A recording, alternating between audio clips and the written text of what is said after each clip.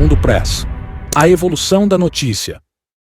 A empresa Rumble, uma plataforma de compartilhamento de vídeos, decidiu processar o Xandão. Isso, aqui nos Estados Unidos, precisamente no estado da Flórida, no Tribunal Federal. Está contando também com o apoio de uma outra empresa das redes sociais, que é a Truth Social. Eu vou mostrar para vocês aqui os fatos objetivos sobre esse processo e compartilhar com vocês também a minha opinião sobre o desenrolar desse tema. Antes de vir aqui e compartilhar com vocês os posicionamentos e a explicação dos fatos, assisti na íntegra a entrevista dada pelo advogado da Rumble para a CNN, tá?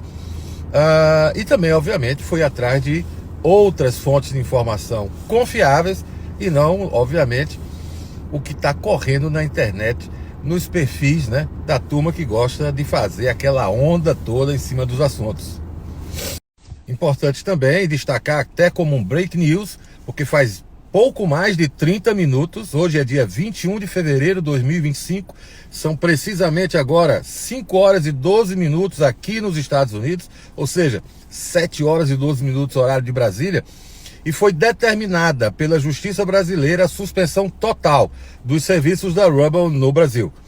Isso, nesse exato momento, já foi emitida a ordem e provavelmente no transcorrer das próximas horas a Anatel estará cumprindo e encerrando em definitivo os serviços da Rumble no Brasil, ok? Vale destacar que, por iniciativa da própria empresa, ela já estava fora do Brasil durante um período específico, que eu vou dizer para vocês. Dezembro de 2023, por decisão própria, a Rumble deixou de compartilhar o seu conteúdo no Brasil, retornando apenas agora, fevereiro deste ano, exatamente, no corrente mês. E não durou nem um mês completo com a decisão tomada hoje. Os serviços são novamente suspensos, tá?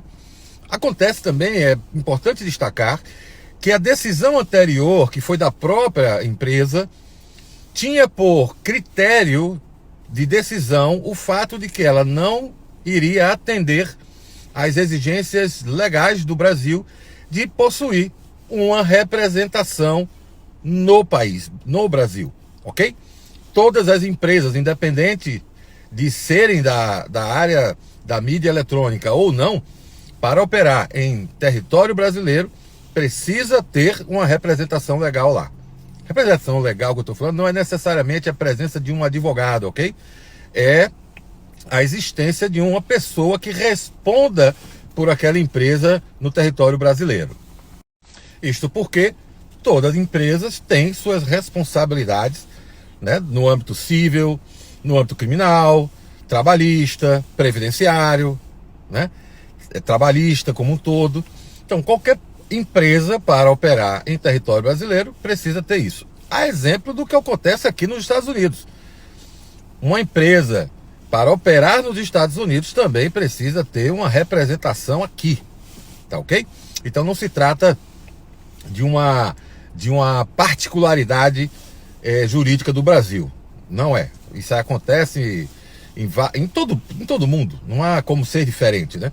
Até porque as responsabilidades têm de ser cumpridas, né, por qualquer pessoa que respeite o ordenamento legal, independente do país que esteja. Focando agora no caso em questão, ou seja, no processo em si, a principal argumentação da Rumble é que não foi cumprido o requisito legal quanto à forma utilizada para que ela seja citada aqui nos Estados Unidos a cumprir a esta ou aquela qualquer outra determinação do Poder Judiciário, ok? E ele, tanto declarado pelo advogado na entrevista à CNN, como nos documentos que já estão disponibilizados na corte, ele se fundamenta no tratado que existe entre Brasil e Estados Unidos, um tratado que foi assinado no ano de 2001. É curioso porque esse tratado não vale mais. Depois de 2001 já ocorreram duas outras alterações. Uma em 2006 e a mais recente em 2015. É óbvio, não é meu papel aqui detalhar o juridiquês, digamos assim, mas de forma primária.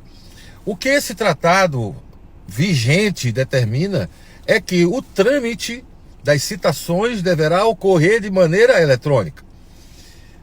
Como leigo, eu entendo que todo o caso, todo o processo deverá tramitar eletronicamente no que tange às comunicações, né? Lógico que os processos correrão no foro específico, no tribunal específico.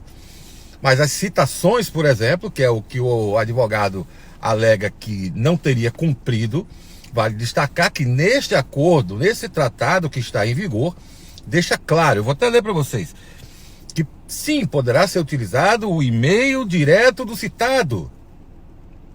E vale destacar ainda mais que, publicado pela própria Rubble em seu site oficial, que toda comunicação sobre qualquer assunto legal, sobre qualquer assunto jurídico, deve ser encaminhado para legal@rubble.com. É uma informação dada por ele, é o e-mail cadastrado da parte, se a gente fosse se ater ao que determina lá o acordo vigente entre Brasil e Estados Unidos. Então, me surpreende que um escritório de advocacia, que segundo estão propagando na rede social, é um dos melhores escritórios do mundo, tenha começado e fundamentado a sua ação em um tratado que não existe mais. Tem alguma coisa errada. Me leva a crer que o objetivo dessa ação, na verdade, é outro, esconde uma outra motivação que talvez seja objeto de um outro compartilhamento meu, mas vamos nos ater ao processo. A Rubble, nesse processo, está buscando uma liminar nesse tribunal da Flórida que dê a qualquer empresa americana a autonomia de não cumprir nenhum tipo de ordem judicial do Brasil, pelo simples fato dela ser uma empresa americana. Isso seria o mesmo, para vocês entenderem de uma forma mais simples. Você compra um carro no Brasil da Chevrolet. Repito, estou falando da lei, na sua abrangência é maior. Não estamos aqui discutindo o interesse da Rubble. Você comprou um carro da Chevrolet, esse carro deu um problema. A empresa não está cumprindo a garantia dela. Você vai fazer como? Você entra na justiça para você usa o Código do Direito do Consumidor para ter o seu direito garantido.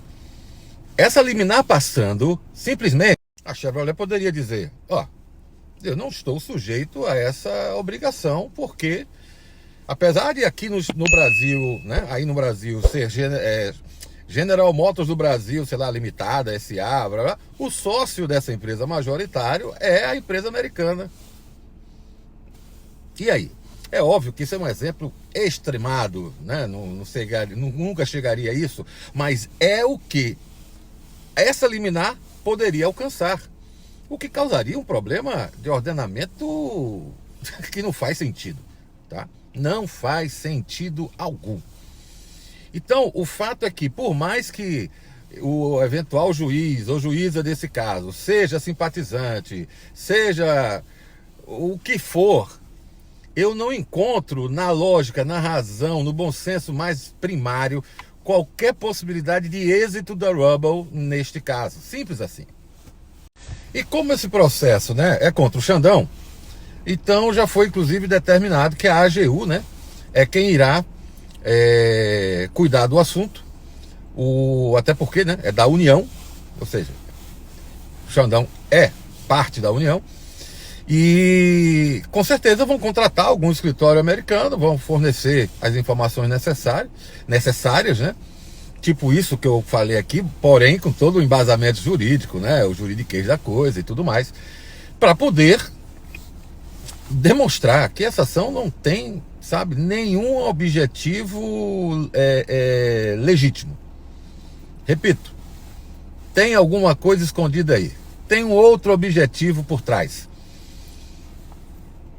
Vamos saber o que é? Quem sabe? Em breve, talvez conheçamos a real motivação dessa medida. Valeu? Um abraço!